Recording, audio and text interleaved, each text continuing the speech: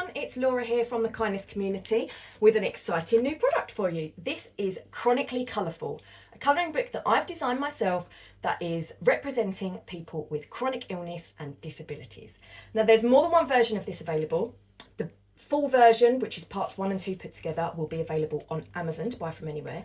This version that I'm showing you in the video is produced by me, and it's got a laminated cover and printed on thick card, so you can colour it using whatever pens. The spine itself is also removable, which is super handy if you want to be able to lay the pages flat. You don't have to cut them out if you want to be able to use them in as a poster or decorate your walls with it. And also then, because the covers are laminated, if you want to use something really pigment heavy like alcohol markers, you can put the laminated page underneath, colour it, and you're not spoiling any other pages. So it's all been really thought about by a colouring enthusiast, myself, to be as good as possible for people who love colouring. The digital version that is available on Mighty Makers is for sale for £4.99, so it's half the price because you're printing it yourself, and you can print it as many times as you like for your own personal use. So let's have a look and see what designs are inside. So the first one here, if I looked as sick as I feel, I would scare small kids. Now I describe myself as a zombie sometimes, so that one's definitely me. This kind of idea that you could just be cured if you just did yoga. So somebody there saying to somebody in a wheelchair, have you tried yoga? And the person with disabilities in the wheelchair and are totally not, because it's completely unrealistic. Yoga is not going to fix everything, sadly. We've got a lot of creative people in our community, so this design is just for them. If only I could knit myself a new body.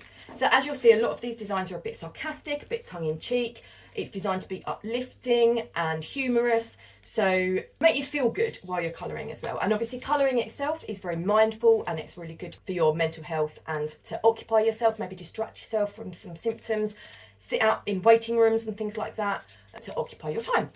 We've got here strong on the inside, and I've tried to represent various ages, races, genders, etc. throughout these books. Obviously, one colouring book is not going to represent everybody, there's more to come, but I have tried to be really inclusive throughout this book, so it's not all like old white women with a walking stick when we come to talk about disabled people, because obviously that's not realistic. There's many of us that are young, different races, different ages, etc., that are experiencing these challenges in life, so I wanted to create a book that actually represented us, being as I'm one of those people myself.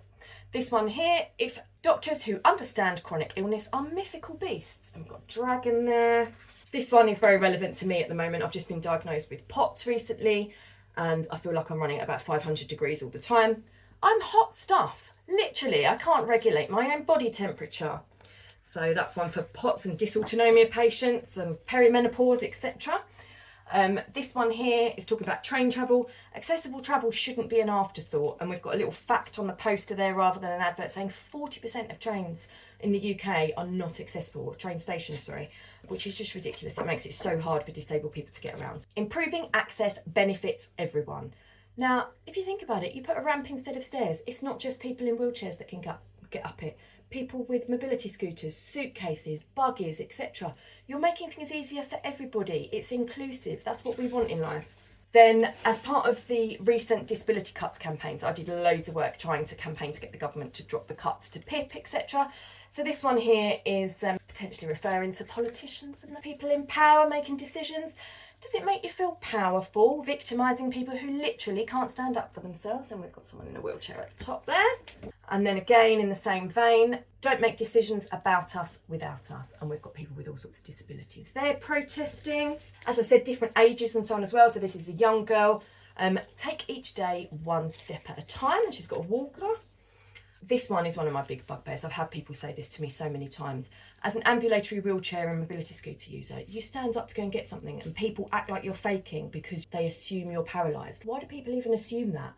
You don't assume that every time someone gets in a car, they haven't got legs. You need wheels to go further. That's just standard for everybody. It's just that distances people with disabilities can do are even less.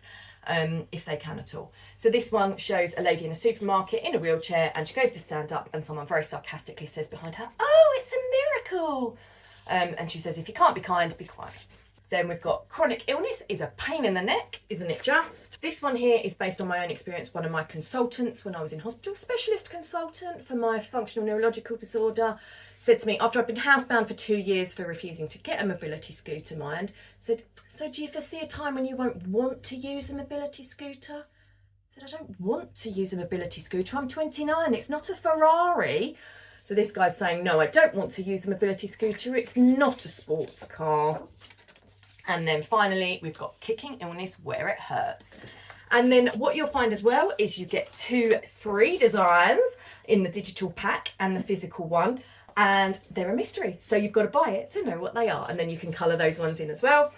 They will be available on Mighty Makers, and the physical one will be available in person at the Kindness and Wellbeing Support Group in Dartford and at the St Albans Fair tomorrow.